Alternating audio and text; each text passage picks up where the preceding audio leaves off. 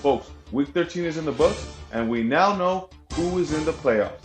At Dirty Dozen Fantasy Football Live, we're also monitoring to see who will secure that last playoff spot.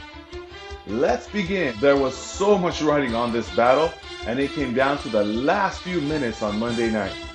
Needing only 12 points to beat New Car, Super Bowl champions Devin Singletary was only able to muster 11.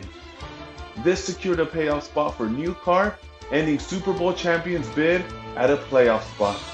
This matchup was as butt-clenching as it could get.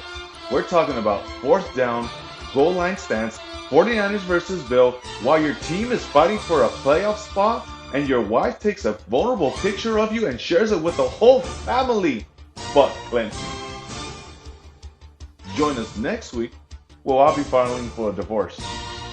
All eyes were on that sixth and final playoff spot. Transaction Junkie had been riding a 2-game winning streak, but could he keep it going, or would 9th place R22 find a way to pull out the huge victory and find a way to sneak in?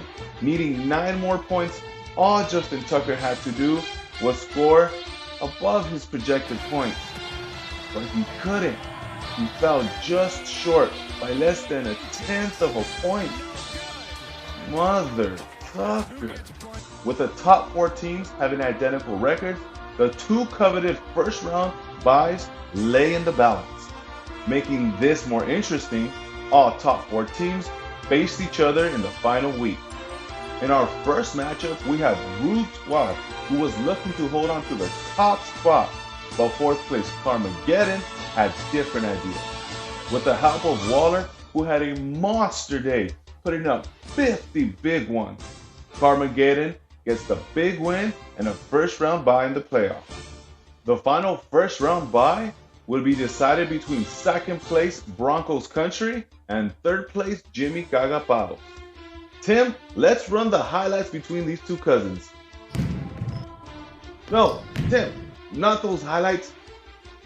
Sorry folks, we're having technical difficulties.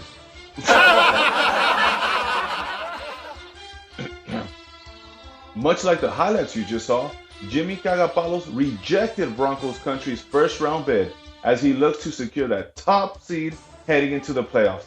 Wow, what a campaign. Jim, stop running the highlights. By virtue of points, about the only 5-7 team that could unseat Transaction Junkie was the boys. This one is for the boys. After riding a rough 3-game losing streak that put him on the outside looking in, 8th-seeded the boys still had an opportunity to make the playoffs, but he would need some help. And first he would need to win his matchup versus 8th-seeded Bout That Action Boss. Bout That Action Boss, though, wins 101-102 in a tight contest. In the battle of the week, we have 11th place El Grego versus 12th place Cowboy. Strong performances from both Tannehill and Thielen was enough to get El Grego the victory and put the nails in the coffin of Cowboy season. If you're El Grego, you know it hasn't been a great season. But at least you're not getting last place, you know what I'm saying? Well, that'll do it for the regular season.